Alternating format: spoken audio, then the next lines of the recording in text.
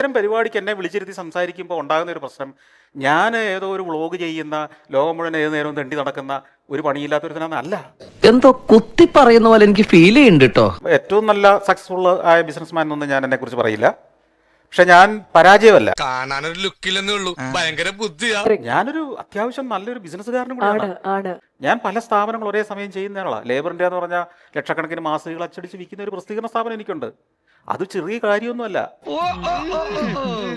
നമ്മുടെ നാട്ടിലുള്ള പല വലിയ മാളുകളും, പേരെടുത്ത് പറയാനാണെങ്കിൽ ഇപ്പോൾ ലുലു മോൾ സഹിതമുള്ള വലിയ മാളുകളിൽ നമ്മൾ പാർക്കിംഗ് ഫീ നമ്മൾ കൊടുക്കുന്നുണ്ട്. ആ ഒരു കോണ്ടെക്സ്റ്റിൽ സാർ എന്താണ് എക്സ്പ്രസ് ചെയ്യാനുള്ളത്?